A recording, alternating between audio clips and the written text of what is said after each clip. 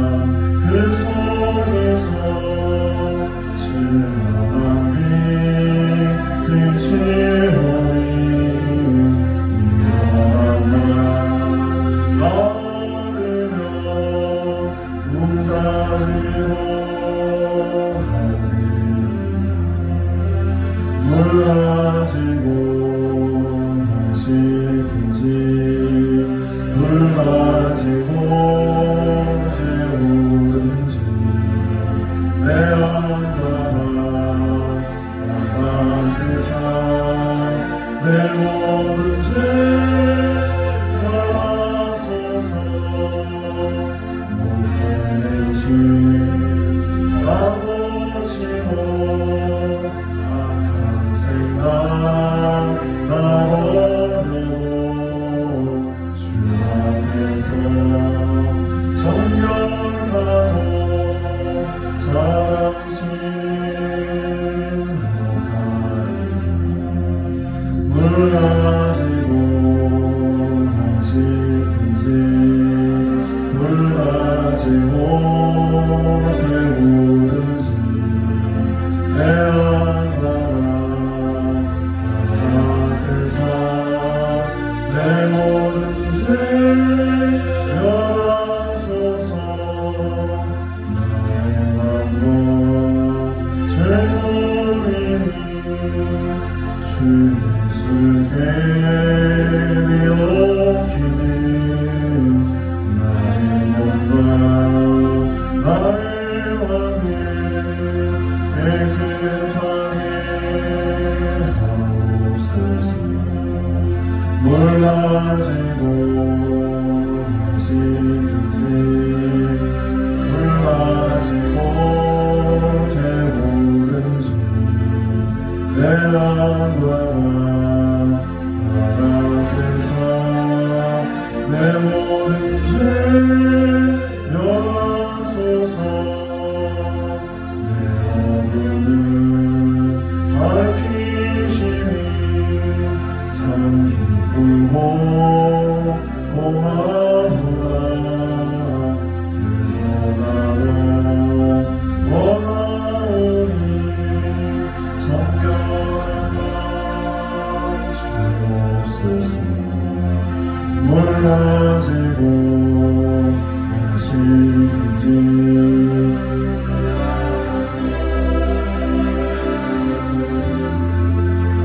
내 안과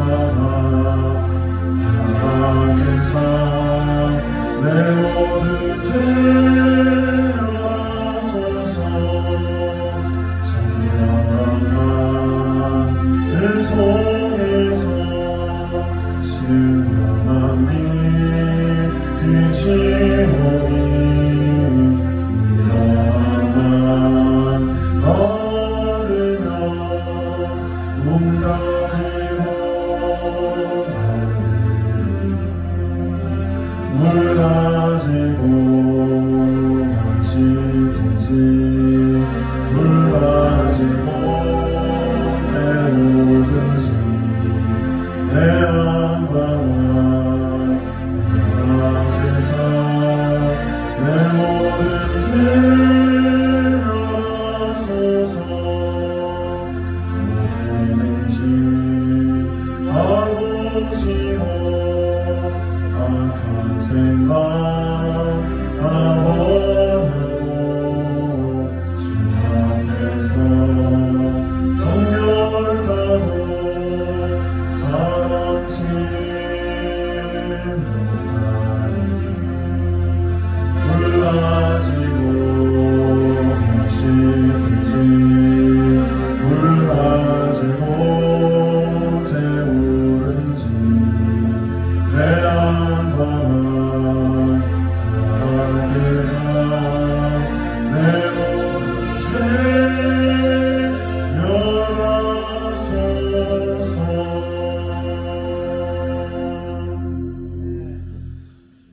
우리 반주 묻혀서 묵상 기도 드리심으로 주일 오전 예배를 하나님께 올려드리겠습니다.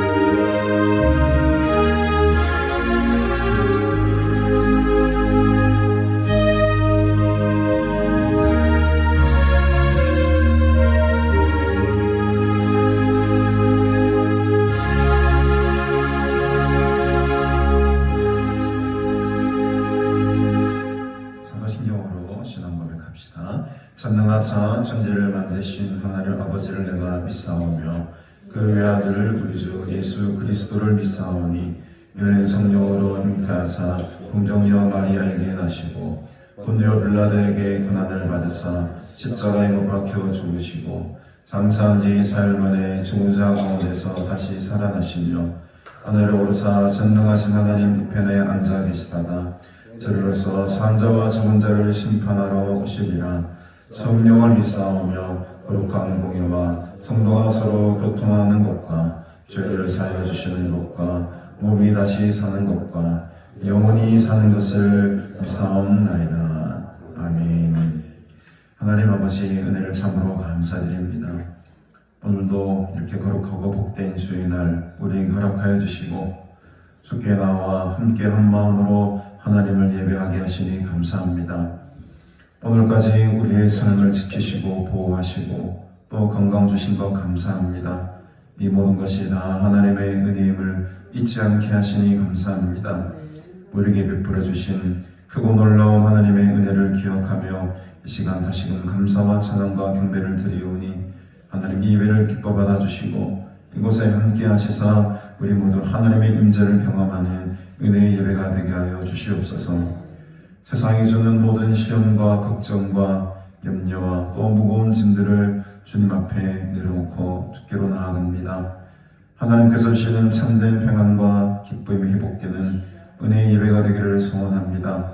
하나님의 얼굴을 구하며 하나님의 얼굴을 찾으며 간절히 주께로 나아가오니 우리 모임 가운데에 성령으로 충만케 하시고 세상이 줄 수 없는 큰 기쁨과 평화를 맛보는 영적 회복의 시간이 되게 하옵소서. 모든 만물을 지으시고 창조하시고 다스리시는 하나님의 능력과 위대하심을 찬양합니다. 십자가의 은혜로 우리를 구원하시고 영원한 생명 주신 하나님의 구원의 능력을 찬양합니다.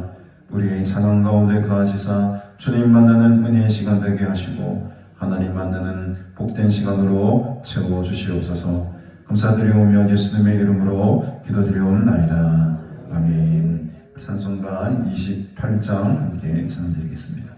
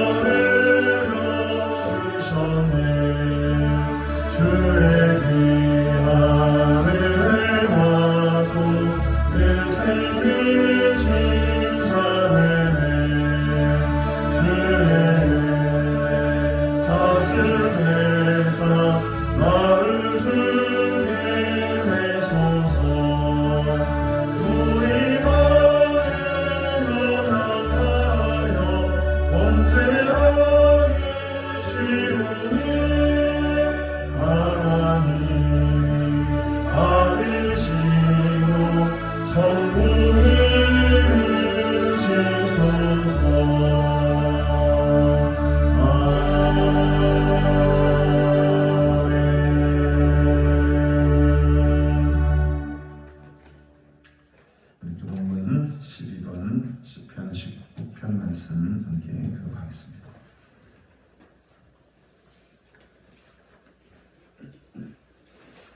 하늘이 하나님의 영광을 선포하고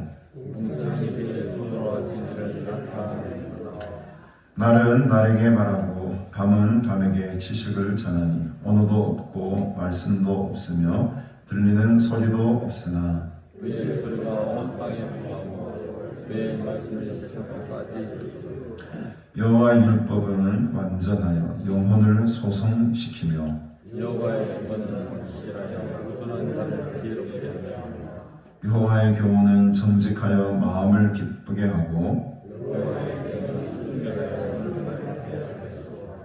여호와를 경외하는 도는 정결하여 영혼까지 이르고 뱀 곧 많은 순금보다 더 사모할 것이며 꿀과 송이꿀보다 더 달도다. 아멘. 네, 오늘 하나님 말씀은요, 누가복음 12장 49절부터 59절까지 말씀을 함께 보겠습니다.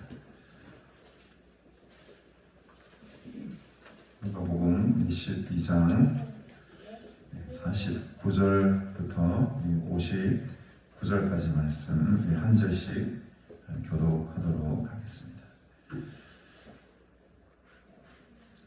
우리 말씀 공독국의 박신희 성도님을 대표해서 기도해 주시겠습니다. 제가 먼저 읽겠습니다. 내가 불을 땅에 던지러 왔노니 이 불이 이미 붙었으면 내가 무엇을 원하리요? 나는 받을 때가 있으니 그것이 이루어지기까지 나의 답답함이 없다. 내가 세상에 화평을 주려고 온 줄로 아느냐? 내가 너희에게 이르노니 아니라 도리어 분쟁하게 하려 함이로다. 이후부터 한 집에 5사람에서 분쟁하되 셋이 죽어 둘이 셋과하니 아버지가 아들과 아들이 아버지와 어머니가 딸과 딸이 어머니와 시어머니가 며느리와 며느리가 시어머니와 분쟁하리라 하시니라.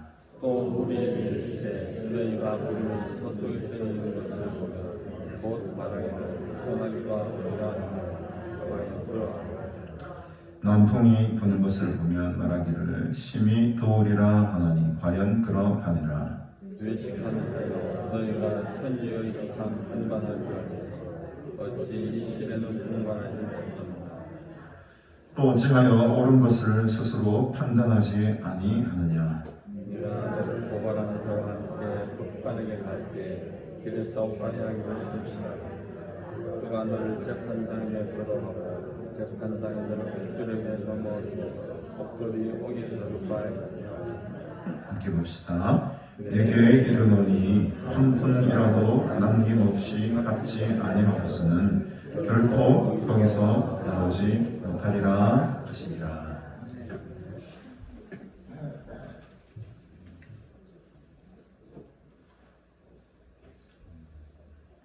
하나님의 함께하심과 지켜주심을 감사드립니다. 60년 전만 하더라도 우리의 모든 교육과 문화생활이 아프리카 수준이었지만 이제 세계 최고의 문화와 번영을 누리게 된 것을 하나님 앞에 감사드립니다. 이것은 결코 그냥 이루어진 것이 아니고 모세처럼 공산주의 위협에서도 대한민국을 건국케 하시고 또 땅 한 평 없는 농민들에게 여호사처럼 땅을 분배케 하시고 대통령의 모든 권한으로서 이 백성을 기독교인으로 만들기 위하여서 100만 명의 기독교인 육성을 위하여서 평생을 바친 그 이승만 대통령의 위대한 발사도 같은 전도에 있습니다. 하나님, 주의 크신 능력으로 황폐한 광야에 길을 내시고 생명이 없는 사막에 강을 내시는 한국의 큰 번영을 허락하여 주셨습니다.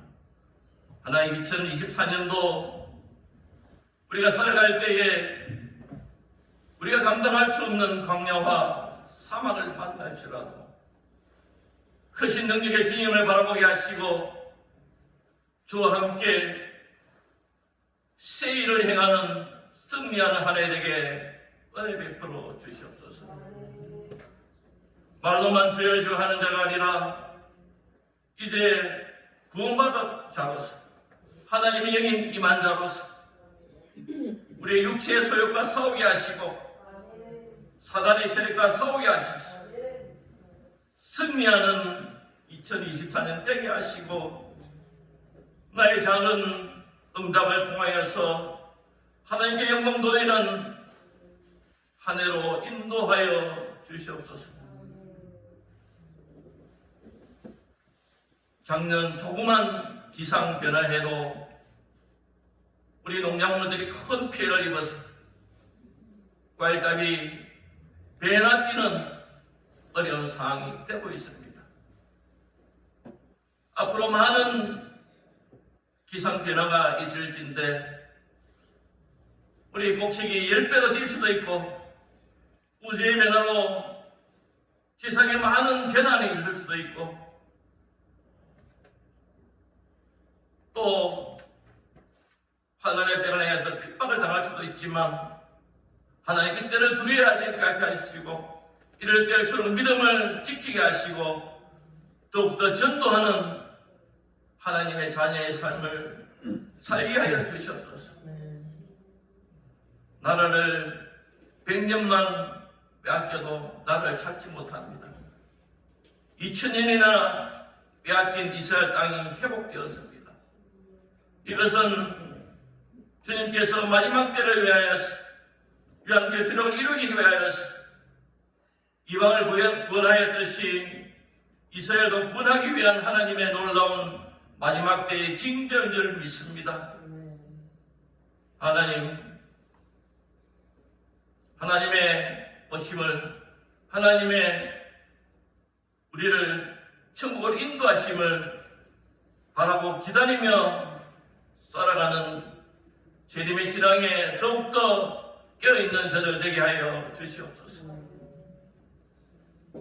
올 한 해 하나님 우리에게 어떤 일들이 있을지 모르지만 우리 담임 목사님 지켜주시고 우리 모든 가난한 성도들 사업들 지켜주셔서 하나님의 보호하심을 입게 하여 주시옵소서. 이제 얼마 있지 않은 국회의원 선거가 있습니다. 하나님 우리나라 함께하여 주시옵시고 정말 하나님 보시기에 지기롭고 바르고 정말 나라를 사랑하는 사람들이 국회의원이 될 수 있도록 주께서 인도하여 주시옵소서. 선거제도에 부정이 없게 하시고 공정한 언론이 되게 하시고 약한 자를 핍박하고 있는 자에게 위대한 판결을 내리는 그런 사법 농단이 없도록 하나님 역사하여 주시옵소서. 오늘도 귀한 말씀을 받습니다. 하나님 그 말씀이 이 재앙의 물결에 우리가 살아가는 징검다리가 되게 하시고 이 어두운 세상에 갈 길 모르는 우리 인생들에게 등불이 되게 하셔서 하나님 나라에 갈 때까지 나와 온 가족과 온 민족을 구원하는 귀한 말씀으로 하나님 축복하여 주시옵소서. 이 시간 온전히 주님께서 함께하여 주시옵시고 하늘의 복을 내려주시고 우리가 주의 복의 통로가 되는 귀한 시간으로 함께하여 주시옵소서. 이 모든 강구를 귀하신 예수님의 이름으로 기도드리옵나이다. 아멘.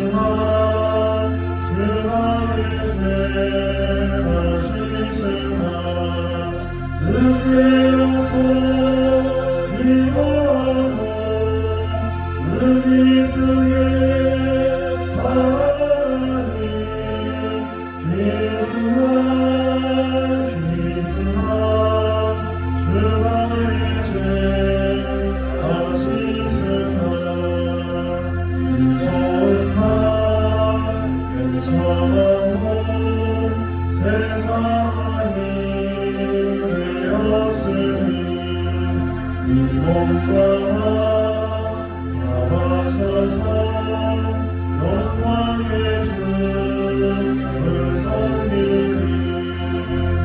기분다 주 나의 죄 아시지만 늘 깨어서 기도하고 늘 기쁘게 살아가니 기분다 주 나의 죄 아시지만 세상에 그날부터 강한마음을 잊혀서 이 못된 말 전하니 나의 몸은 살았구나. 기분다 주 나의 죄 아시지만 늘 깨어서 기도하고 늘 기쁘게 살아가니 기분다 주 나의 죄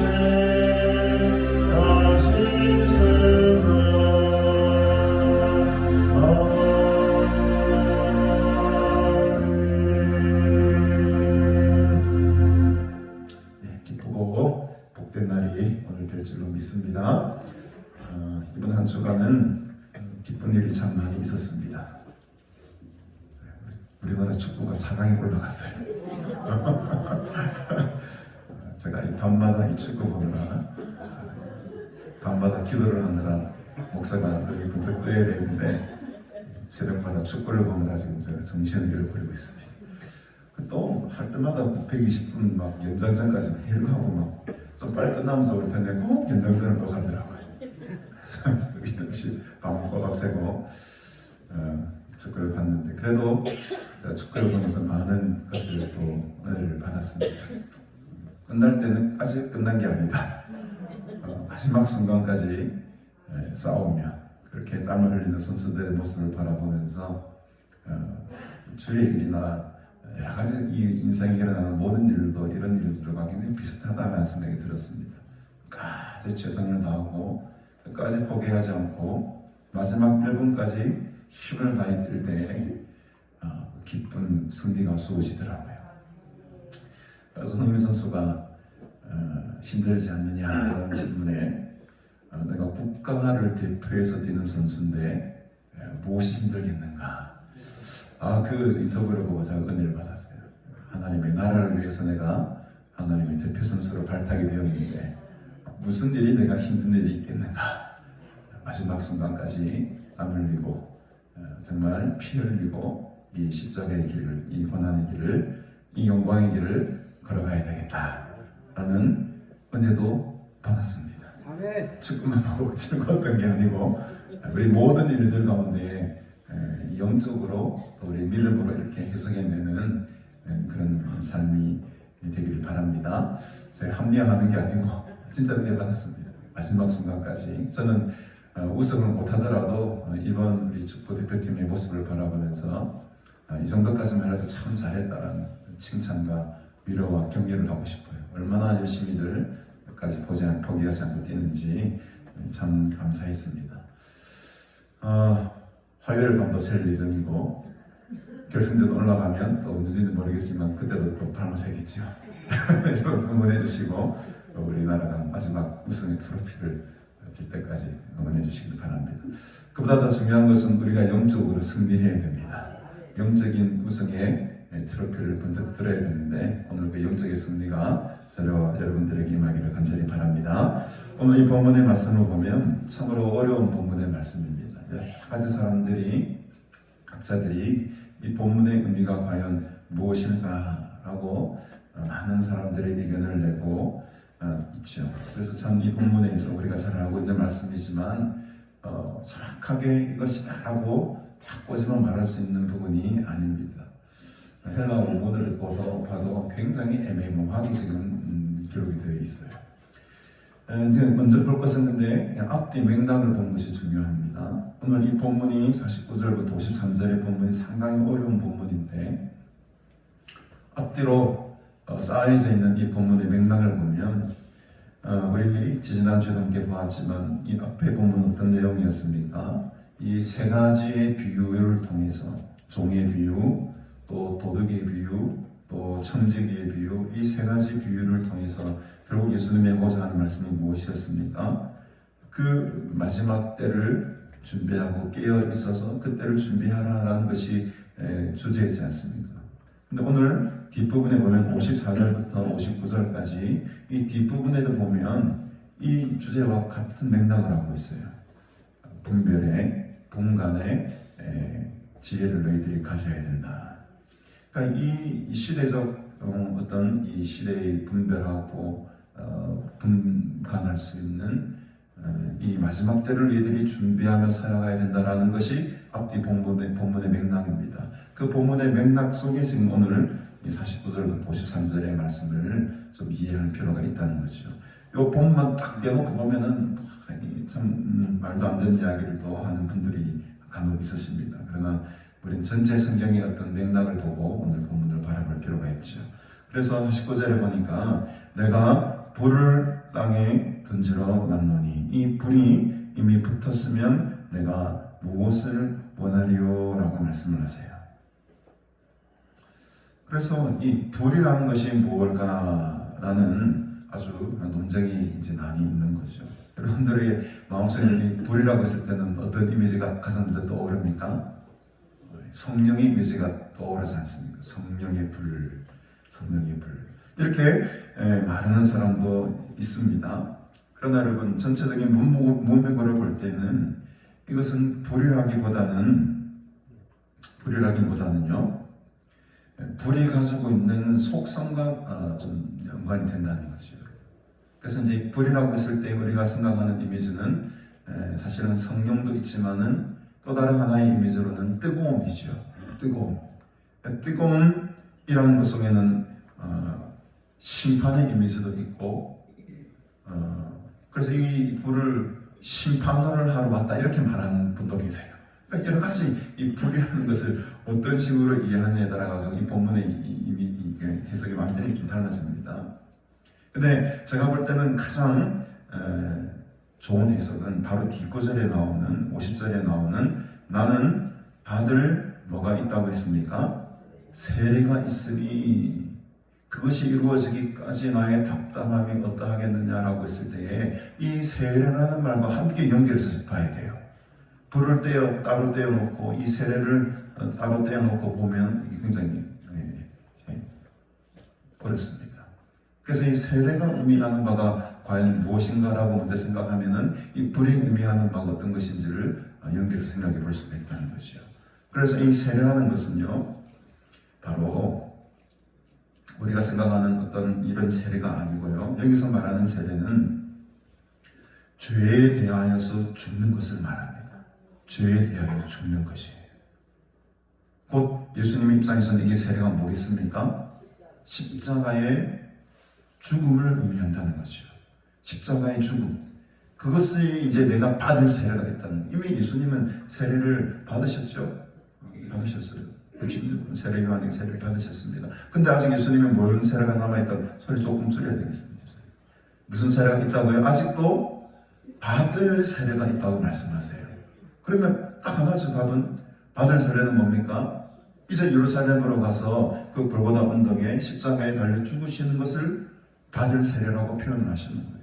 그래서 이 세례라는 것은 바로 십자가의 죽음, 우리의 죄를 사하시기 위해서 예수님께서 십자가에 달려 돌아가시는 그 십자가의 죽음을 의미하는 게 바로 이 세례입니다. 그래서 이 세례가 갖는 의미는 굉장히 다양한데 십자가의 죽음으로 말미암아 우리가 그리스도와 함께 무엇이 되죠? 연합이 되지 않습니까? 연합이 되잖아요.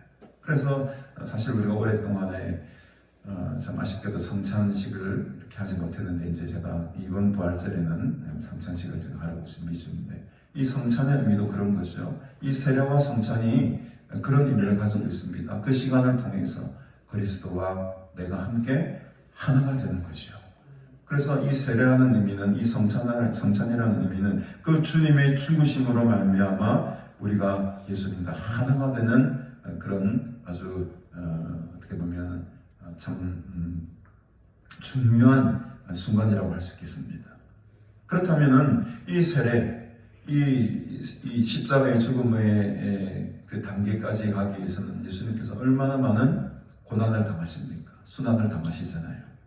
그래서 이 50절과 49절을 연결해 보았을 때에 지금 예수님께서 이 불을 던지러 내게 왔다라는 것은요, 바로 십자가의 죽음과 연결된 것이고, 이 불은 바로 고난을 상징하는 거라고 해석하는 게 제가 가장 좀 이렇게 건강한 해석이다라고 보여집니다.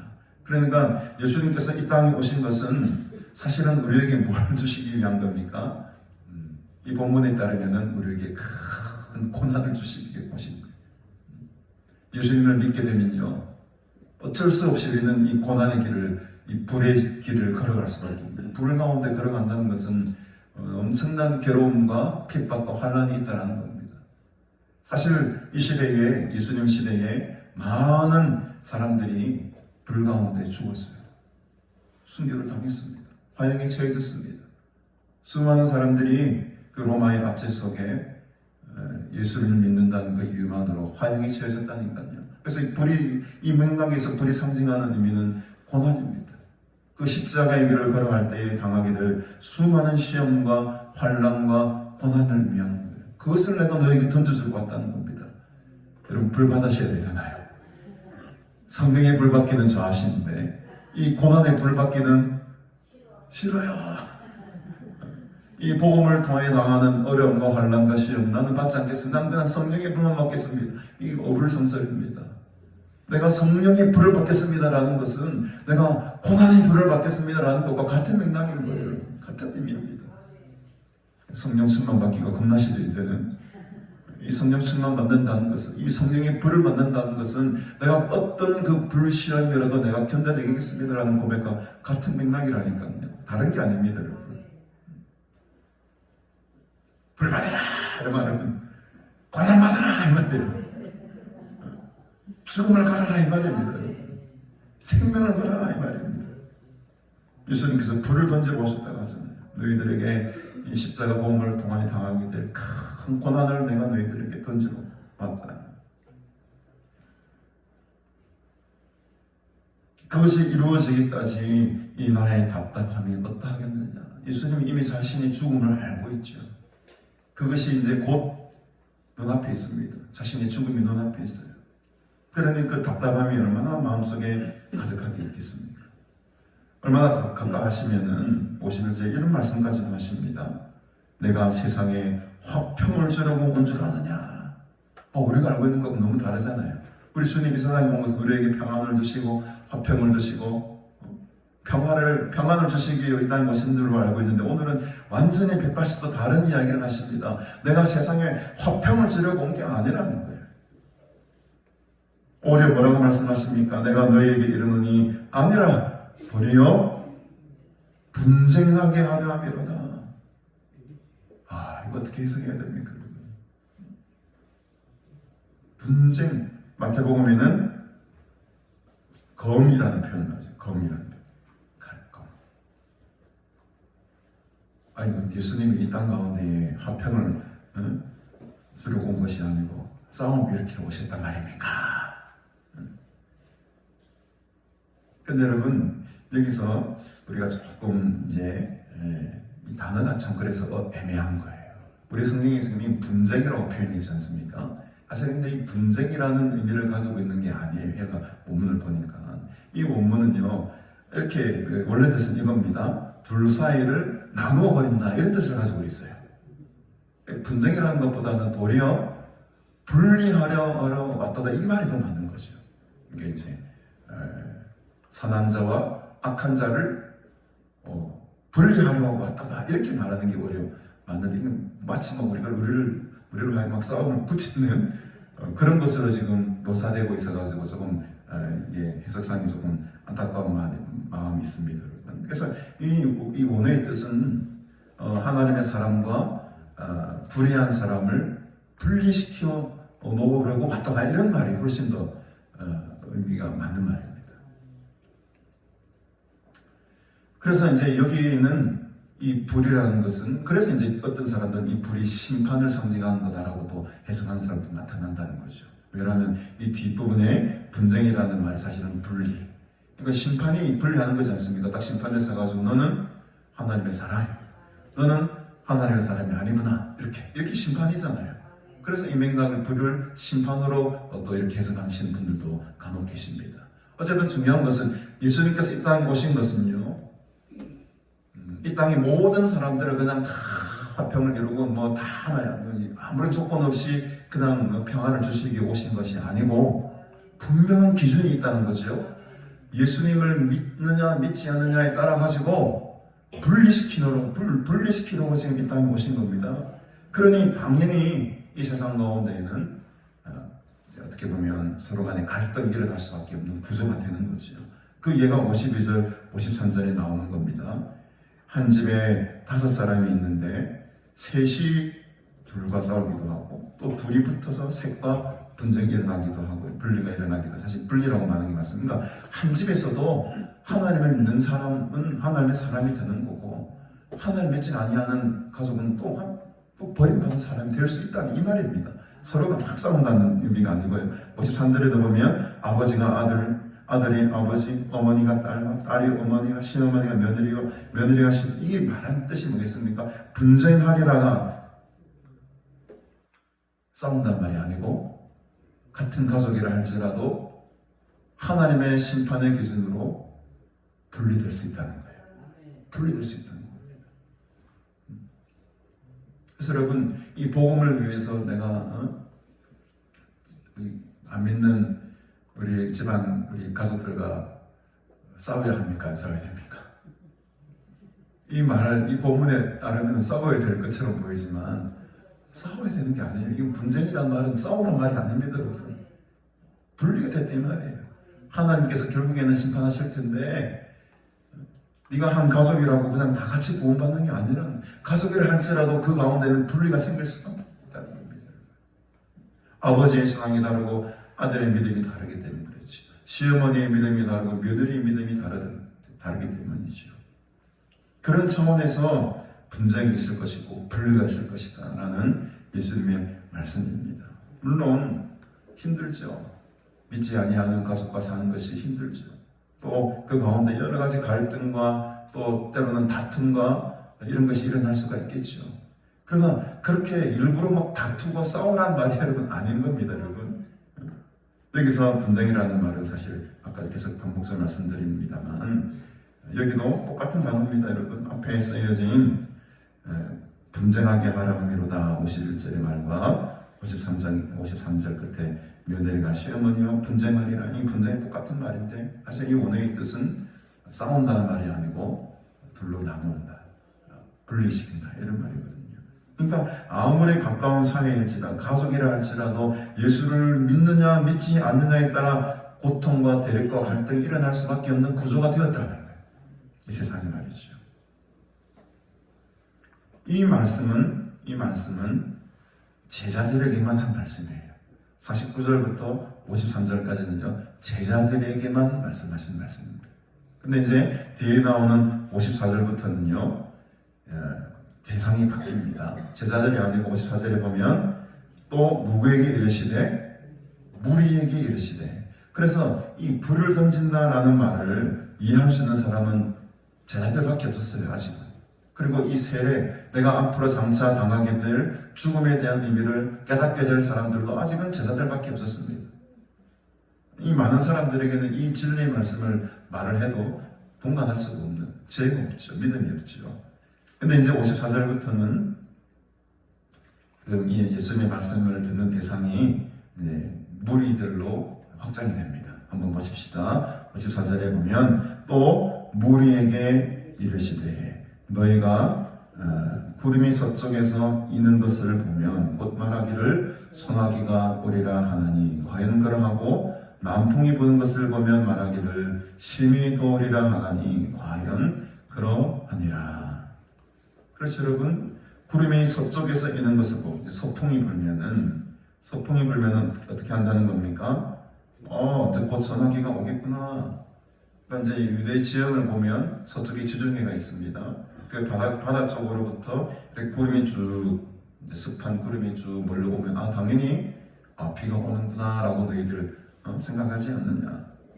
또 남풍이 불어옵니다. 남풍이 분다는 것은 이스라엘의 남쪽 광야지요, 사막이 있는 모래바람이 일어나는 뜨거운 지역입니다. 그곳에서 남풍이 쭉 불어 뜨거운 바람이 불면은 어떻게 합니까? 이제는 여름이 오구나, 심히 덥겠구나라는 것을 예상할 수가 있죠.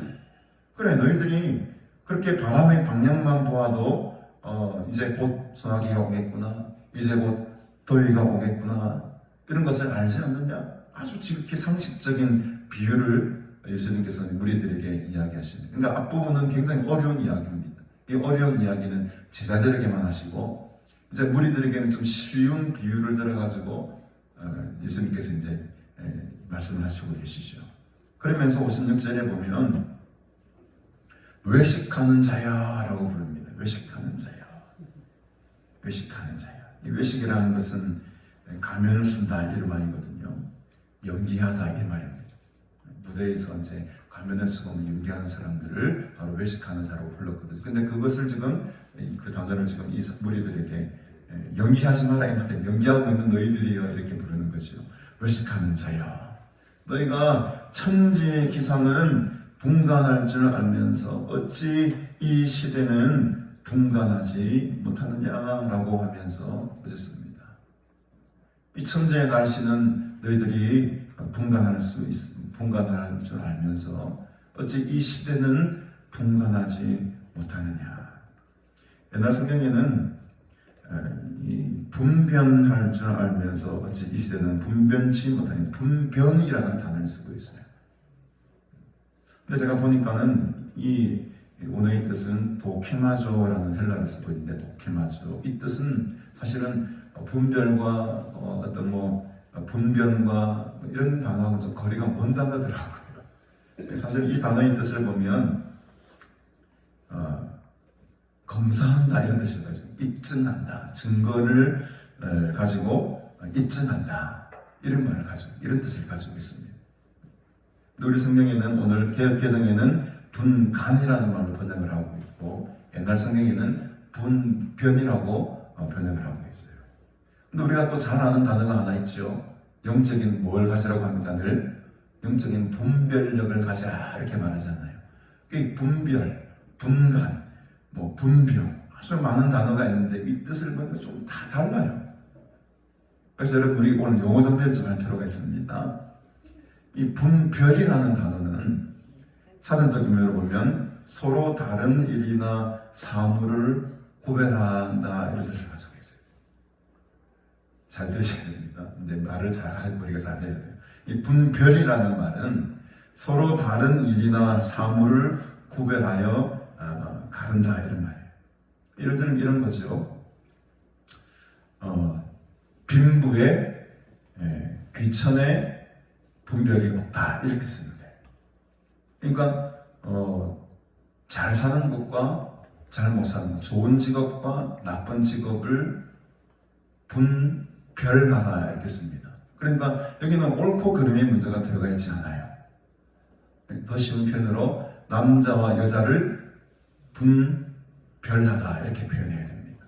남자와 여자를 분간한다, 남자와 여자를 분별한다, 이건 옳지 않은 표현입니다. 양쪽에는 다 옳고 그름이 없죠. 어떤 것이 옳고 어떤 것이 나쁘고 이런 게 없습니다, 여러분. 동등한 대상이에요. 그것을 가지고 어떤 기준을 통해서 나눌 때 쓰는 말이 분별입니다. 그래서 영적인 분별력을 가지라, 사실은 잘못된 거죠. 영적인 분별력을 가지라는 말은 우리가 일상적으로 쓰는 말이긴 하지만 사전적 의미로 볼 때는 잘못된 거예요. 왜냐하면 분별이라는 것은 옳고 그름을 판단하는 기준이 없어요. 이거는 옳고 그름의 문제가 아닙니다. 그러나 여러분 오늘 우리 성경에 잘 번역이 되어 있어요. 개역 성경에 분간이라고 표현되어 있죠. 이 분간이라는 것은 정확하게 사전에 이렇게 나와 있습니다. 사물이나 사람의 옳고 그름, 좋고 나쁨을 구별하는 행위.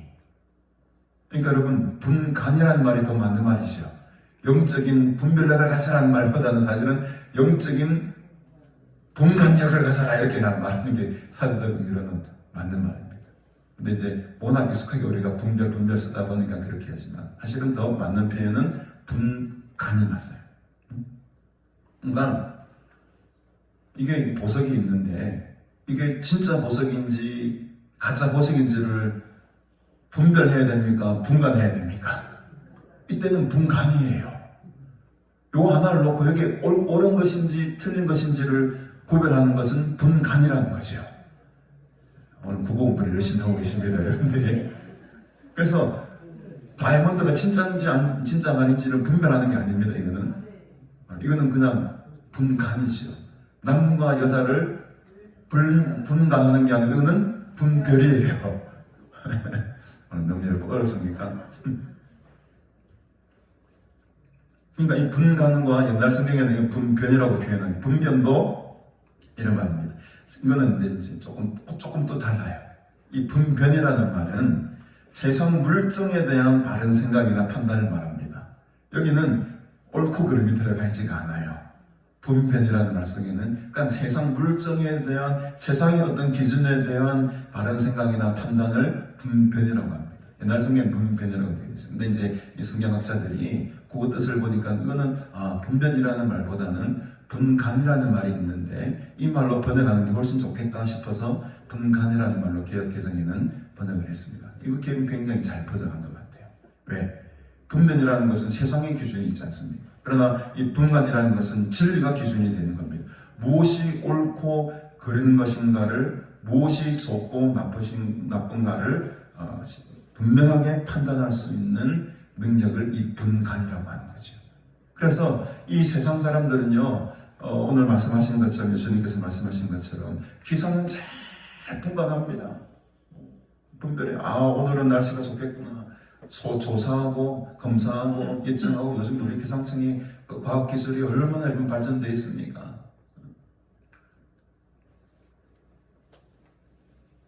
그래서 사실은 이 번역이 내가 볼 때는 조금 더 아쉬운 것은 기상은 여러분 옳고 그름이 없잖아요.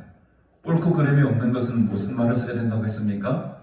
분별이라고 했잖아요. 그래서 앞에는 너희가 천지의 기상은 분간이 아니고 분별이 맞는 거예요. 사실은 분별할 줄 알면서 어찌 이 시대는 분간하지 못하냐, 이게 맞아요. 기상은 분간하는 게 아닙니다. 엄밀한 의미로 따지면 기상은 그냥 우리가 분별하는 거예요. 오늘은 날씨가 맑겠구나, 오늘은 날씨가 흐리겠구나. 이거는 옳고 그름의 문제가 아니잖아요. 그냥 구별하는 거잖아요. 그래서 앞에는 분별이 맞습니다. 그러나 진짜 중요한 것은 우리가 분별하는 게 중요한 게 아니에요. 영적으로 깨어있는 사람들은 분별이 중요한 게 아니고 뭐가 중요합니까? 분간이 중요한 겁니다. 분간이. 무엇이 옳은 것인가, 무엇이 진리인가, 무엇이 불의인가를 우리가 판단할 수 있는 능력을 가지고 있어야 되는 것이요. 그 부분이 없다는 것을 예수님께서는 지금 사람들에게 배우시고 있습니다. 57절에 보면 어찌하여 옳은 것을 스스로 판단하지 않냐. 이게 분간의 능력입니다. 옳은 것을 판단하는 것. 여러분, 영적인 눈이 밝아져서 옳은 것을 판단할 수 있는 눈이 있으시기를 주님의 이름으로 축복합니다. 옳은 것을 스스로 판단할 수 있어야 된다. 그 판단을 가지고 있는 사람은 불을 가진 사람이에요. 성령의 불을 가진 사람이고 고난의 길을 걷는 사람입니다. 하나님의 그 분리 심판에서 축복의 자리에 선 사람들입니다. 58절에 네가 너를 고발하는 자와 함께 법관에게 갈 때에 길에서 화해하기를 힘쓰라. 그가 너를 재판장에 끌어가고 재판장이 너를 옥절에게 넘겨주어 옥절이 옥에 가둘까 염려하라. 굉장히 쉬운 표현을 씁니다. 고발하는 자가 누구겠습니까, 여러분? 어렵나요? 이 고발하는 자는 예수님이에요. 예수님께서 내가 너를 고발한다, 이제 내가 너를 데리고 법관에게 간다. 법관은 누구겠습니까? 그러면 법관은 하나님이죠. 하나님의 법관에 대해서 딱 서 계시는 거예요. 그리고 예수님께서 우리를 고발시키려고 지금 데려가고 있는 중 하나님의 심판대 앞으로 우리를 데려가고 있습니다. 근데 예수님께서 말씀하시죠. 그 가는 길에서 뭐 하기를 힘쓰라? 화해하기를 힘쓰라. 하나님의 심판대 앞에 가기 전에 네와 나하고 빨리 합의를 봐야 된다. 화해를 해야 된다. 그래야지만 네가 옥에 들어가지 않는다는 거예요. 여러분, 하나님의 심판대 앞에 서기 전에 빨리 예수님과 화해하시기를 바랍니다. 예수님 앞에 내 죄를 고백하고 예수님의 그 거룩한 피의 공로로 우리의 모든 죄가를 다 씻으시기를 주님의 이름으로 축복합니다. 이게 옳고 그런 것을 분간하는 지혜와 능력입니다. 주님만이 나의 구원자시고 주님만이 나의 생명이심을 입으로 시인하고 고백하고 믿음으로 나아가는 자, 이게 바로 옳고 그름을 분간할 수 있는 지혜자인 것이죠. 얼마나 이 심판이 기준이 높냐면 59절에 한 푼이라도 남김없이 갚지 아니하고서는 결코 거기서 나오지 못하리라. 여기서 이제 한 푼이라고 할 때 우리가 잘 알고 있는 렛돈이라는 단위입니다. 화폐의 단위예요. 우리나라 지금의 시설은 10원, 10원짜리 동전 하나, 정말 얼마 되지 않는 동전 하나입니다. 그 조그마한 값어치가 나가는 그 정도의 죄라도 요만큼만 있어도 결코 그 옥에서 나오지 못할 것이다. 하나님의 기준이 엄청나게 높습니다. 저는 요즘에 이제 곧 선거가 오면서 이제 공천 받으려고 얼마나 줄을 씁니까? 이 선거하는 사람들이요. 국회의원 되려고. 저는 이 공천의 기준을 한없이 높여놔야 된다 생각합니다. 정말 이 공천의 기준을 너무 높여놔가지고 전과자 일을 있는 사람 다 제거시켜야 돼요. 무슨 전과자 하든지 뭐 기한 두고 뭐 몇 년 뭐 20년 전에 있던 거 조금 봐주고 이런 점수를 뭐 부여하면서 하더라고요. 내가 만약에 공천위원장이면은 그런 전과자 한 줄이라도 있는 사람은 그냥 다 빼야 됩니다 생각합니다. 저 생각에 동의하지 않습니까, 여러분? 아무리 정치적 능력이 뛰어나도 조만한 한 줄 있으면 다 빼야 돼요. 다 빼야 돼요. 뭐든지 알짤없이 빼버려야 됩니다. 여러분들 가운데 전과자 있습니까? 여러분들이 더 능력자예요. 여러분 같은 사람들 이 세상에 수많이 있습니다, 여러분. 물론 죄가 있죠. 그러나 공식적으로 니는 죄가 있다라고 징역형 받거나 벌금형 받거나 이런 사람들 없어요. 그렇게 많이 없습니다. 이 대다수의 국민들은요, 깨끗하게 사는 사람 많이 있습니다. 그런 사람들 발탁해서 국회를 보내야 돼요. 그런 사람 얼마든지 능력 있는 사람들 많이 있습니다. 기준이 높아야 돼요. 나라를 대표하는 이 국회의원들 뽑는 데 여러분, 그 정도 기준을 가지고 사는 사람들이 되지 않겠습니까, 여러분? 하물며 우리 하나님의 사람들, 예수님께서 우리에게 굉장히 겁나는 말씀을 하시는 거죠. 10원짜리 하나의 죄만도 있어도 너희는 거기서 구원받지 못한 연약한 인간들인데 구원의 길이 하나 있다는 거예요. 예수님과 화해만 하면 되는 겁니다. 예수님과 하나가 되면 되는 거죠. 오늘 이 시간 저와 여러분들이 예수님과 하나가 되기를 바랍니다. 그러면요, 억만금의 죄가 있어도 그 하나님께서 용서해 주시는 겁니다. 얼마나 큰 은혜입니까, 여러분? 세상적인 지식, 지혜, 세상의 어떤 흐름들, 이런 것들 뭐 분석하고 판단하고 하는 이런 지혜들 많이 있어봤자 다 할 겁니다, 여러분. 다 할 거예요. 진짜 옳고 그름을 봉안할 수 있는 지혜가 없다면 그것들은 다 흔들립니다. 아무리 세상적인 지혜 많고 똑똑하고 많은 것을 알고 있어도요, 이 진리의 말씀을 모르고 살아가는 것은 불행 중에 불행입니다. 우리는 그런 거 다 잘 몰라요. 제가 세상의 풍조들, 세상의 그런 뭐 경제적인 것들, 정치적인 것들 내가 아는 것 별로 없습니다. 그래도 하나 꿀릴 것 없어요, 여러분. 우리가 그런 거 모른다고 해서 못 살아갑니까, 여러분? 그러나 이 하나님의 진리를 모르고는 못 살아가는 거예요. 이 영적인 올바른 이 분간의 능력을 여러분 가지셔서 이 어두운 시대에 하나님의 오심을 준비하고 등불을 밝게 켜서 영적으로 깨어있는 저와 여러분들이 되시기를 주님의 이름으로 축복합니다. 세상에 하나님께서 불을 던지러 오셨다고 했어요. 이 불을 받아서 이 고난의 길, 십자가의 길, 이 연단의 길을 뚫고 승리하셔서 아까도 제가 말씀드렸지만 이 영적 승리의 우승컵을 번쩍 드시는 저와 여러분들 다 되시기를 주님의 이름으로 축복합니다. 오늘 우리 주신 말씀 기억하시면서 우리 178장 우리 찬양 드리시면서 감사임을 하나님께 올려드리겠습니다. 주 예수 믿는 자여 등불을 가지고.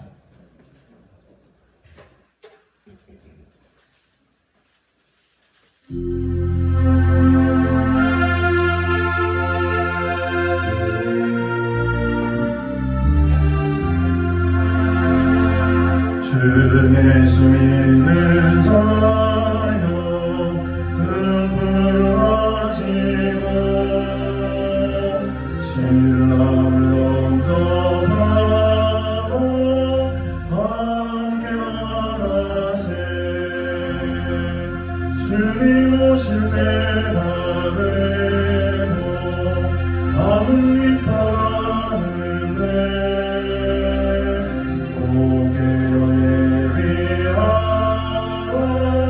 주님 속히 오신다.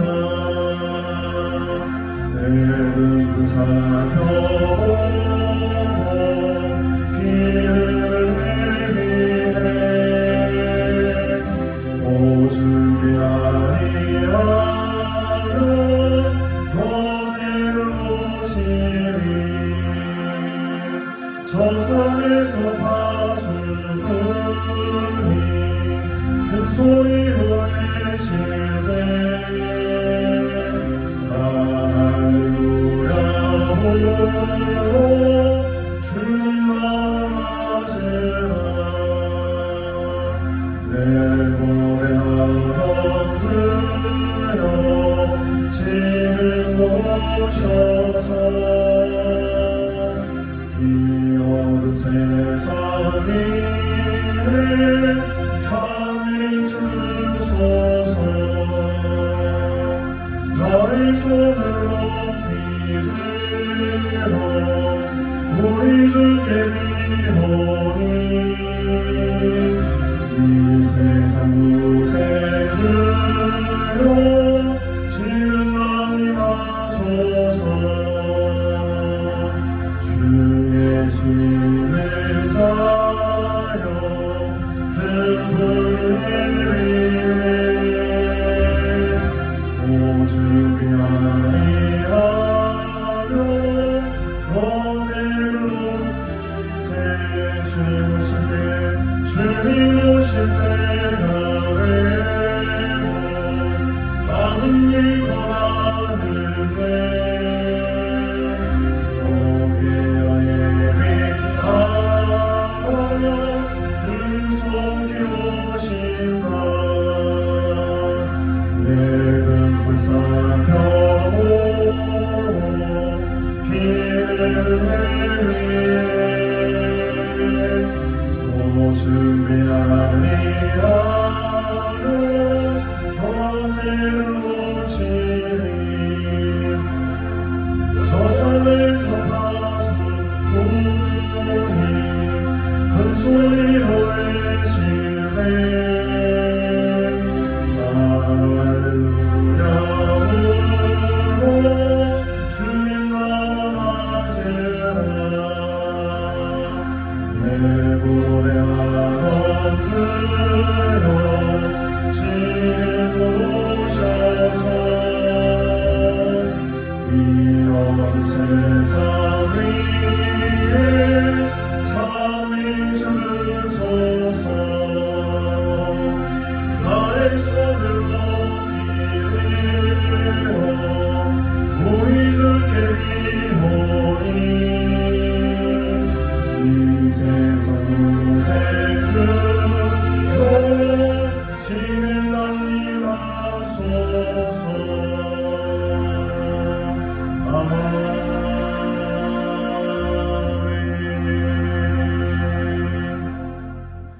감사합니다. 오늘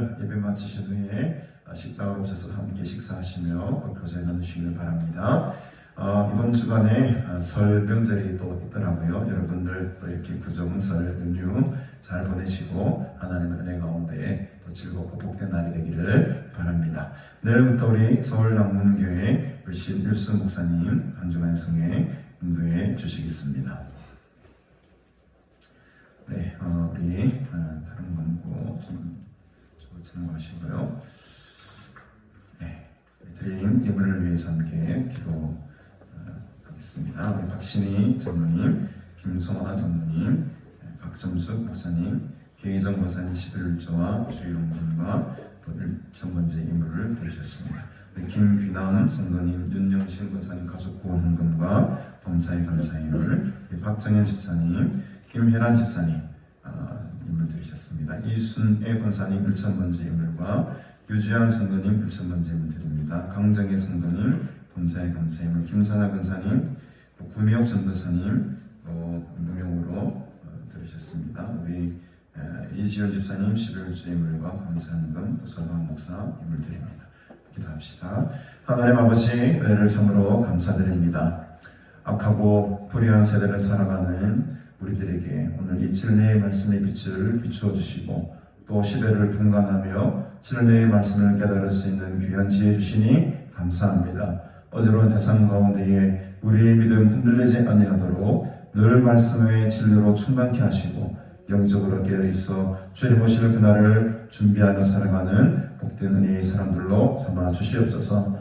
이 세상에 복음의 불을 던지신 주님, 이제 우리도 그 복음의 불을 가지고 세상을 향하여 나아갑니다.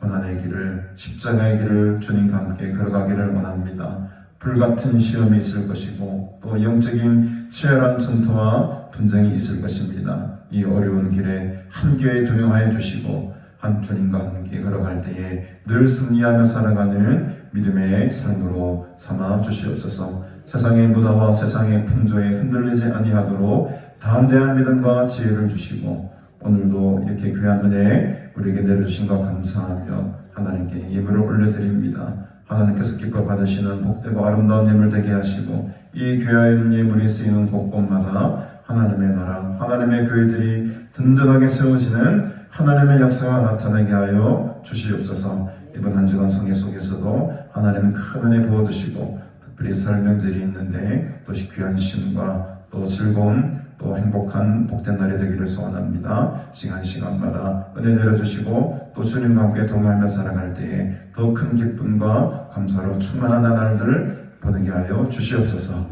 감사드리오며 예수님의 이름으로 간절히 기도드리옵나이다. 아멘. 우리 찬송가 79장 우리 1절 우리 부르시고 제가 축도함으로 예배를 배하도록 하겠습니다.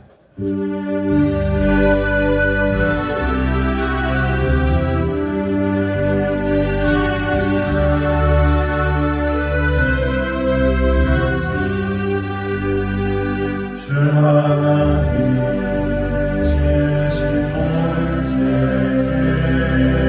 내 마음속에 그리워볼 때 하늘 내려 울려 퍼지는 회성 주님의 본능 우주에 찬네 주님의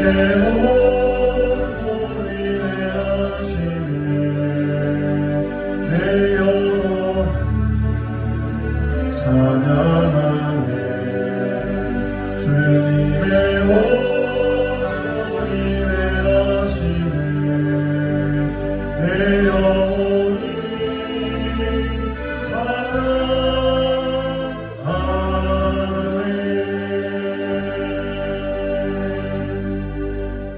지금은 우리 구주 예수 그리스도의 크신 은혜와 하나님 아버지의 무한하신 사랑과 성령의 고통교제 충만 위로하심의 은총이 죄악으로 가득한 세상 속에서도 하나님의 진리의 말씀을 분간할 수 있는 귀한 지혜를 가짐으로 영적 전투에서 늘 승리하며 주님 다시 오실 그날을 사모하며 깨어있어 준비하기를 간절히 소원하는 너희 모든 무리들과 영원토록 함께 있을지어다.